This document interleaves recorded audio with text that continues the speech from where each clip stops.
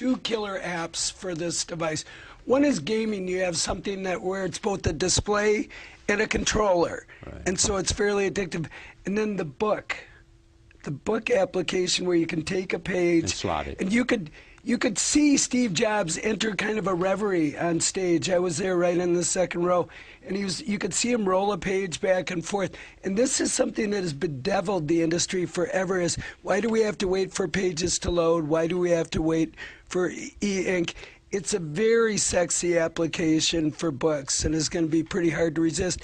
And they know that. I mean, they had an iBook marketplace raring to go. So you think that Amazon ought to be worried because this will challenge the Kindle? You know, I think there's a whole lot of companies that got to be looking at this and say, well, is this a bridge to the future or a gallows for us? Which is it? I mean, media company stuff looks great on there, but again, it's the question of, well, we're selling applications from your app store. You're going to have the relationship with these guys, and we're going to send you software to animate our device. Is that a good business for us? We can't tell yet. Yeah. We don't know. Talk about price point, Walt. Well, the price point shocked me, and I happened to be briefly chatting with Steve Jobs about a month before, and I said, how much is this? He wouldn't admit even that he was making a tablet, of course, for a long time, but I said, let's say you're making a tablet. How much would that cost? He said under $1,000. I said, well, that's code for $9.99. That's a lot of money. So when he said $4.99, I sort of thought in my head $7.99 or something. When he said $4.99, I was amazed because, of course, they have a well-earned reputation for premium pricing. And by the way, they've done quite well. They're the only computer company that has actually had record quarters during this recession, and yet they don't sell a computer for $500. And so it's been a good strategy. But they are a premium company with premium prices, and $4.99 just doesn't sound like a really high price. I know it goes to $8.29 depending on what you add, but to get into this at $4.99 is going to make it harder for competitors who might be looking to Steve Jobs and Apple with their marketing budget to make a market with the public for this and then come in under their price. Under $4.99 is going to be hard to make a profit. Yeah, I think that I think they're making plenty of profit on this device. It's using, a very low-end chip.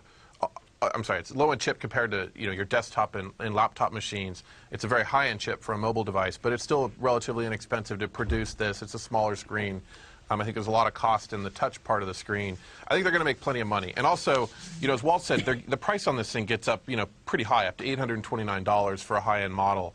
I think that even at $1,000, they would sell probably millions of these. If you look at comparables with the iPod Touch and with the Kindle, probably millions in the first year, and that will be a raging success. Anything you don't like about it?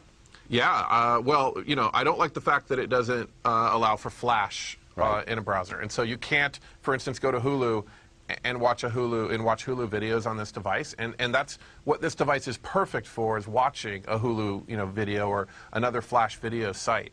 Now you can download movies from iTunes and download TV shows and music and listen to it that way, and it has a great high def screen. I think it's 720p, but without Flash, you can't play Flash games, and you can't watch Flash movies. I think that's a real problem. One thing I want to say about that $500 price, $499, I think it's a total fake out. I don't think anybody's going to want that device at that level of power. I think they're going to have to step up. The other thing that a lot of people have brought up, the fact that you cannot multitask on the device. For certain people, that weakness is a great strength, because to be able to sit, I think there's a revolution in the fact that you lean back and read something as opposed to being up and trying to work on it. Leaning back, not have your Twitter stream screaming at you, not have your work email, not have your RSS feeds blanket at you, but just lean back, taking in a show, taking in a book, kind of a third place for an electronic, in terms of an electronic play, a place where we can come to rest. I think people are going to like it. Made for this show, isn't it? Yes, it is. I think except your clips are in Flash, I think, so. That's true. Well,